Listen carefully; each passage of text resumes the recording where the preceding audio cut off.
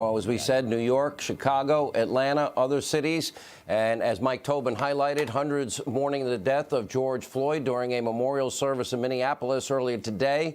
Among the featured speakers, the Reverend Al Sharpton took time away from his busy job at MSDNC to politicize the events. Take a look. We cannot use Bibles as a prop.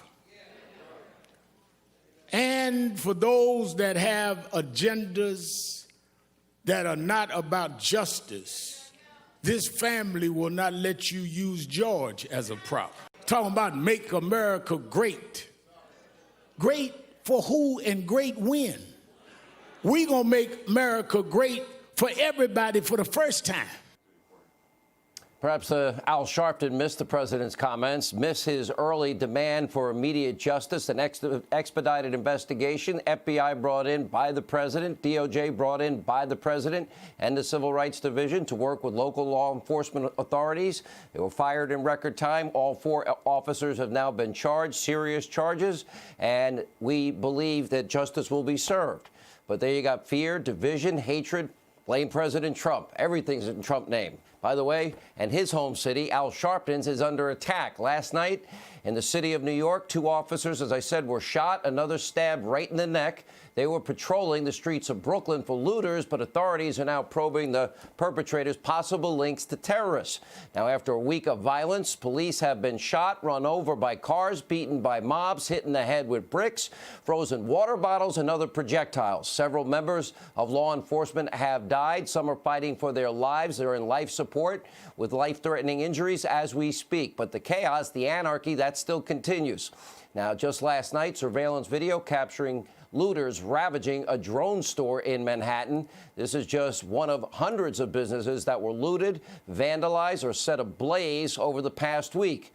Now, you have the politics of this, the left psychotic so-called solution now to all the violence and all the anarchy and all the lawlessness and all the looting and all the arson and violence is let's get rid of the police altogether. Because that is apparently now their new battle cry. They want to abolish police officers.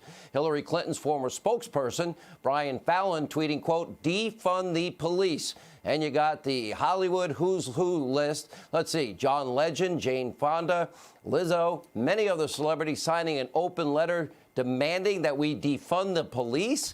Today, the mayor of Los Angeles, Eric Garcetti, the city council vowing to cut over $100 million from the LAPD budget. In New York, at least 40 city council candidates are now calling for a $1 billion cut to the NYPD.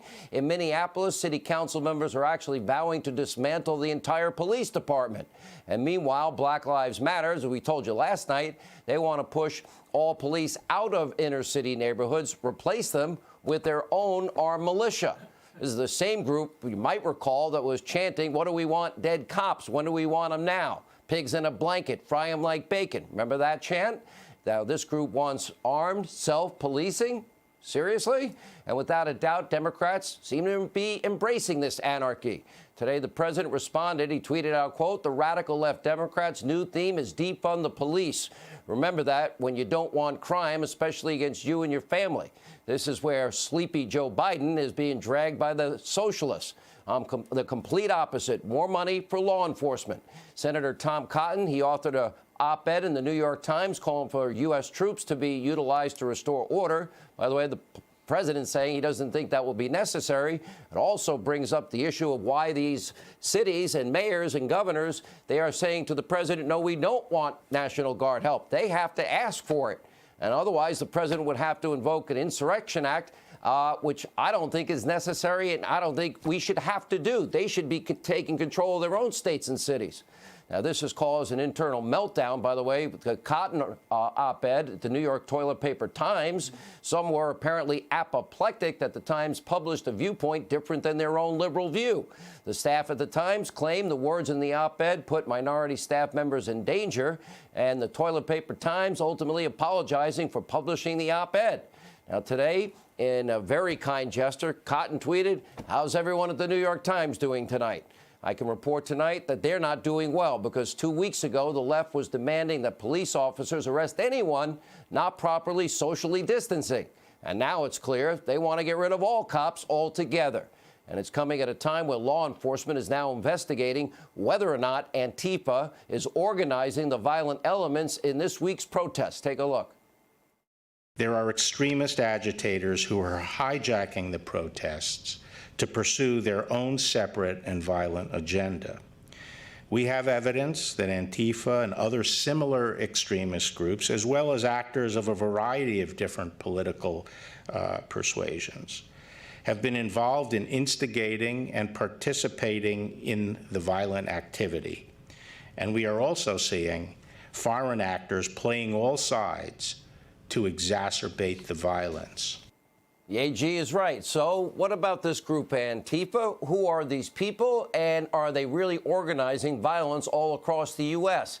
All right, we begin a Hannity investigation. Antifa exposed. Because over the past week, some have been blaming Antifa for all of a sudden, Trace Gallagher's been reporting about piles of bricks that are staged, showing up at protest sites all across the country. We've also witnessed scenes of alleged Antifa members dressed in all black, wearing masks and helmet, all while breaking into stores, smashing windows, spray painting buildings, and assaulting the police. In Houston, Texas, Antifa has been accused of coordinating the looting of a local Target. And according to a lengthy undercover investigation from Project Veritas, James O'Keefe organization, Antifa has been plotting and organizing violence for quite some time.